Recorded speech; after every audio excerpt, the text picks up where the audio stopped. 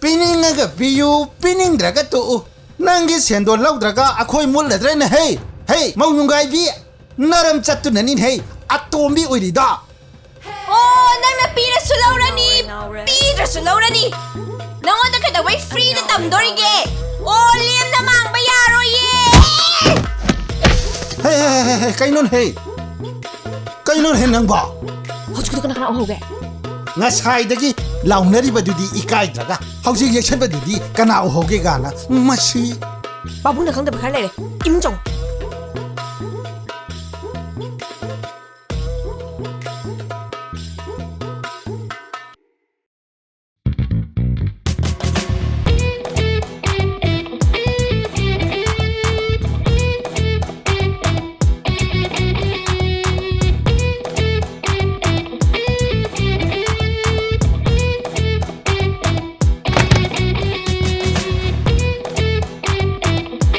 Ngorbo, phazara phamba ke doge.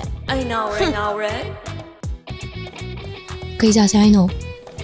Ai di kem janing de ko, noi janing bo dum hai ko. Chifunga coffee ga gore. Coffee ahunga chip sam ta ka bibi uba. Kai dorage mo na, tan mamali da. Ngarang hingse azna tumch aduin. Kai dorage lady no. Say he.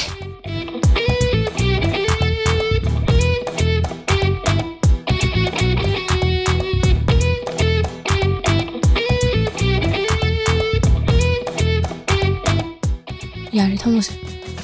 Se chara se.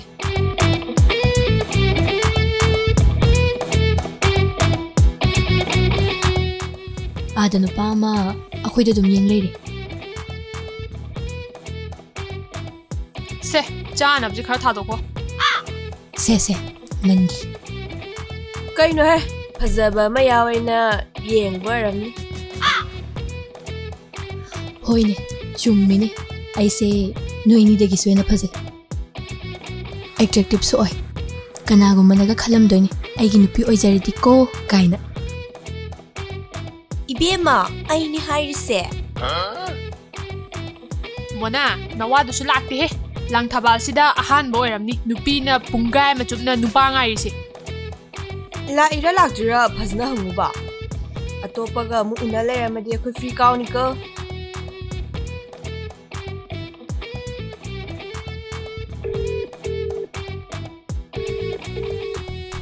soidre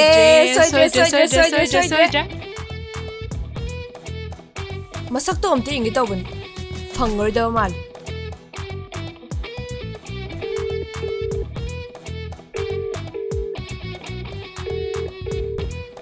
Just law. la ro harak pro La kira law ira. Ma sungai ngam bro.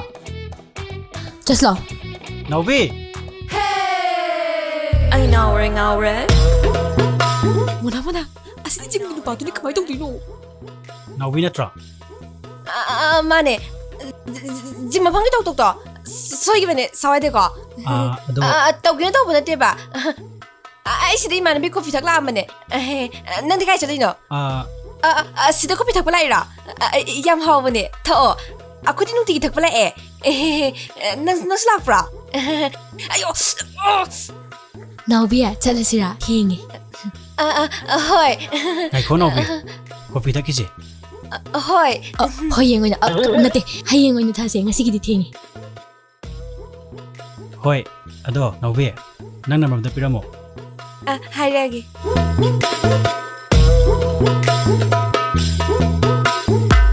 Bil silare. coffee thakuna ba yam da nung gyan tap sa laiba Aikhoi hero da ladi nupa to bogo onaramena kainaroi tro. nangi da te do ai gini Nanga koinarabo. adu isu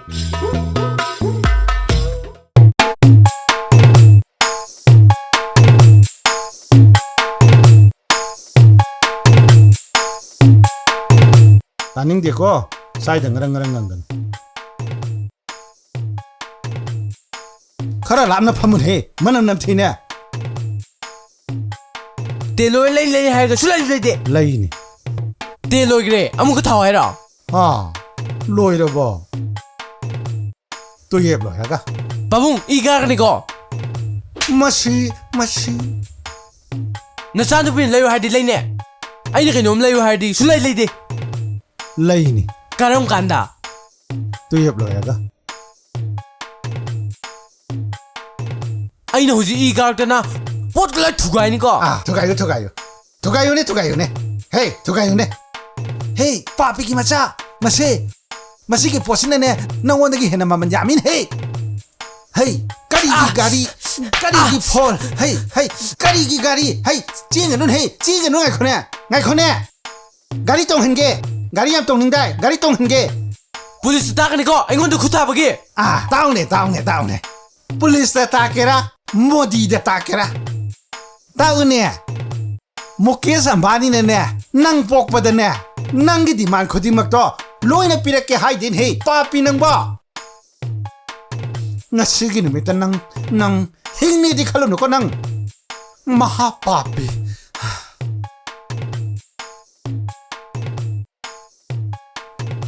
Lamket piduna hauchik phawa halakrip sina karai da muksari jana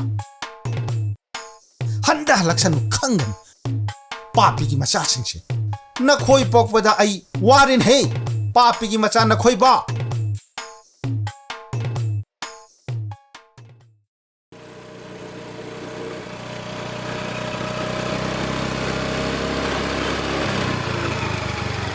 Babi ngai ko. Nang nai gi phone to chungmai pa dis kai gi no. Ai do college amuk chat angang tuition amuk tau laire amuk pa imung gi thaba amuk loisan toilet changbok sangdragan sida nangi phone pa de hairun Nachin no thino ne. Phansu to pa hong chang gi do ai ro moi na khan bro. o loi khaga bana tro adu idi wa makha ta dros yare yara bana tro Naw bi. Adu mai tong nu ko. Nang nu pa mari nga koi khang na. Ai sum nu si bani ko. ai se atopana akhoi mama baba da order tawraga poirame saw ya de aina matam khara lenbi bagi Ngai ko. Nang na logi ba cha gi mam do. Singamo. Adu ko chango. oi si sa se chikpra Ai bu sa. Ha. Ai bu sa. Ai gi den mam do. Piramo. Natra jang jo khot ta. ai ko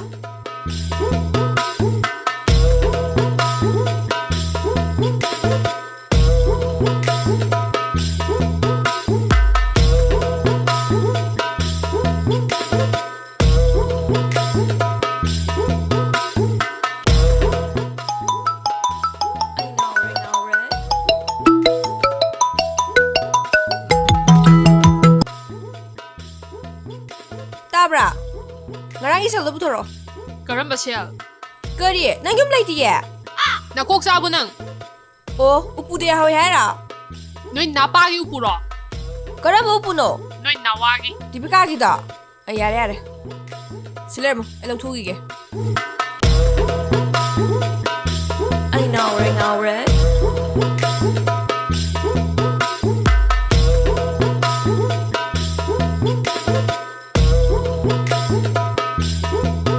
Babu à?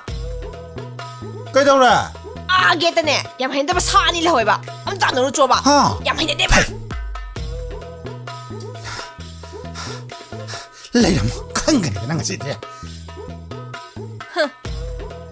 Nungai ni ki gong na. I know right.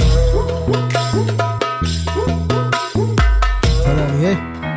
Hey, ngay kho, lấy số bà nó lấy gì hai tên này, ngu pi cái nó chặt đi à? Hey, ngay kho này, nơi, hoi, nơi, lấy số tầm đó lấy gì hai tên này, mama pa nó vào tập sa, nơi, hát đâu một cái lẩu, hình này tập phẩm đông, lẩu con nó khoi, vào tập sinh gì đi, nơi.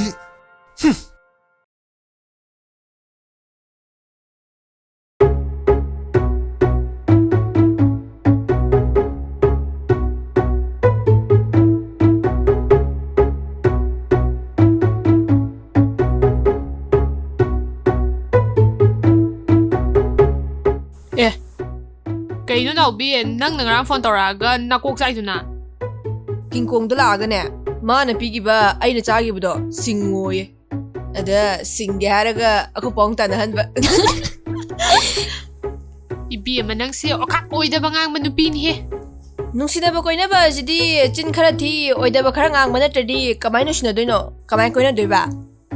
Na yang khang ni nupa ko ra kan da si virus. ꯉꯥꯡꯖꯔꯣꯏ ꯑꯩꯈꯣꯏꯗꯤ ꯑꯣꯏꯗꯕ ꯉꯥꯡꯕ ꯍꯩꯇꯦ ꯑꯩ ꯀꯔꯤꯕ ꯑꯣꯏꯗꯕ ꯉꯥꯡꯕ ꯍꯩꯇꯤꯌꯦ ꯅꯨꯄꯤ ꯑꯃ ꯑꯣꯏꯔꯒ ꯑꯣꯏꯗꯕ ꯉꯥꯡꯕ ꯍꯩꯇ꯭ꯔꯗꯤ ꯅꯪ ꯅꯨꯄꯤꯅꯤ ꯍꯥꯏꯕꯗꯨ ꯃꯇꯤꯛ ꯆꯥꯗꯦ ꯁꯤꯈꯣ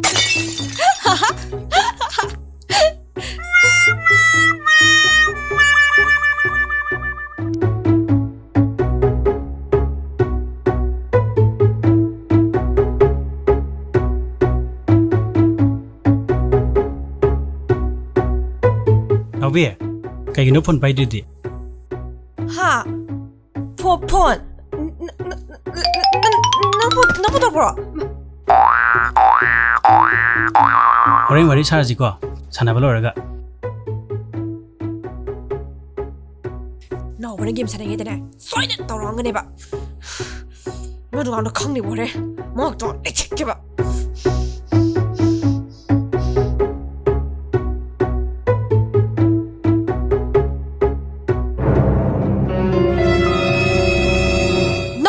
Nang kang ni nang senang lagi nang.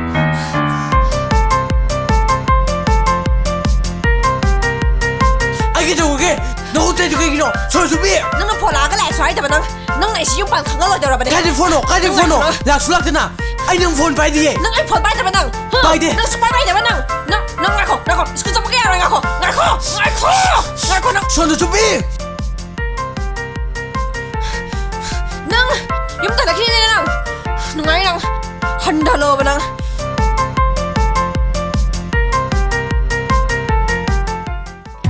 Kai lei no nang. Black macuki gari mak kami tu ubra. Oh, udah. Oh, lau. Thame ko.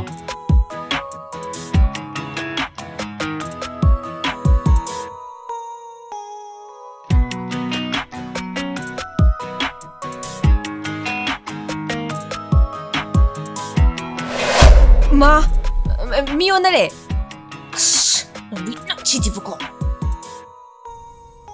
Sawya deka, aku gari ore burning ule.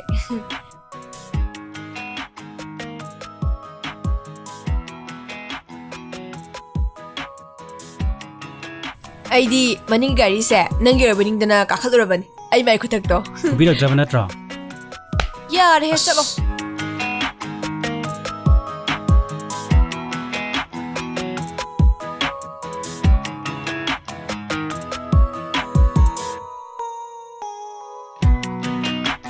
Muna ko inu pado kay dino. Muna ang pa mga ba? Ado kay jese hay no. Nang napumapam da. Yum da thogja lagi ko. Kana yum da? Ekoi da. Wow! No yum da? Yaye! Ngamon! Kamo! Hubong ka din ha na ba? Yaro yung mga ito ba? Pagi to bani ba. Wali da dumatam ga. Mi nang numayan thamna ba thabak ka to gi doini. Goodbye.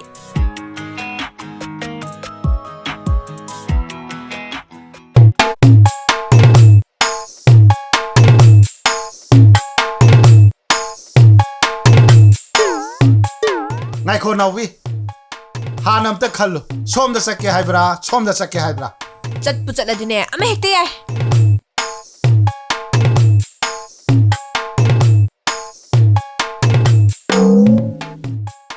Kaino sangak ta.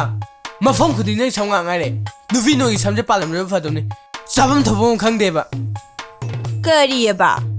Nupi akhoi gi samse palam jadi phadau ne ba. Nupi akhoi gi samse kaya maru oyedi nang khangbra. Kari maru ore ba. Kari gumba nupi gi samse palam jadi ne. Zakat sida leiba sapu kapadi mayam se. Tang khayam phana leiramoi. Akhoi gi damakta thau semi. Thau gi company mayam ama leiri. Khangidena. Akhoi nupi gi samse palam jadi ne. Malim sida leiba aibi mayam se. Jara helaga siramgani. Maramdi. Nupi akhoi gi ne. Samsida saitharaga isai saireng film kayama. Puthoi bani. Nang sukhalaga yengune. Nupi ni phuna matamda krai dalam dori. Maruko ko masam yaudabduda lamu yagadra. Adudagidi samda phanabi samphabi clip yolebu dukan myam singse leramgadra. Aduga hingchabi laiko sangbi singse masam yawamdradi kanana ki bidoino. Aduga khwai dagi maru Yare to yare. Is Nupi gi samdaga usittaba saadna kindra sujalakani.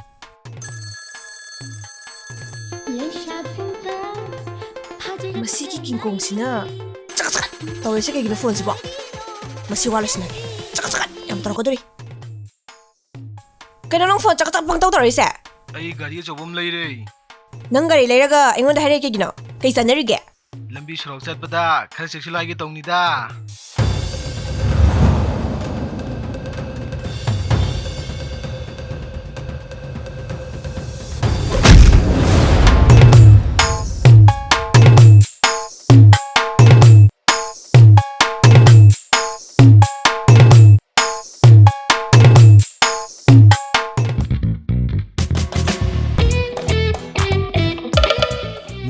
ꯆꯠꯄꯗ ꯈꯔ ꯆꯦꯛꯁꯤꯜꯂꯛꯑꯒꯦ ꯇꯧꯅꯤꯗ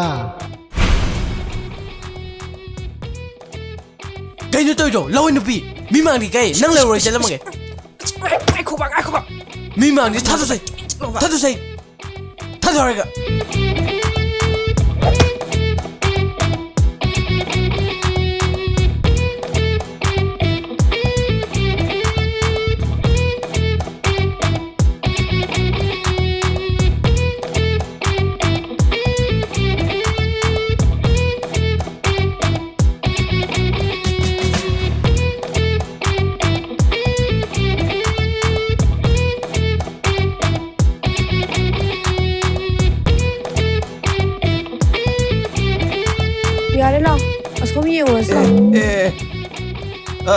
Kainom ta? Miyonare. Sorry. Kai chalo kibra. Nae. Kainu ne. No. Sudah cak mina. Mina biar benar benar.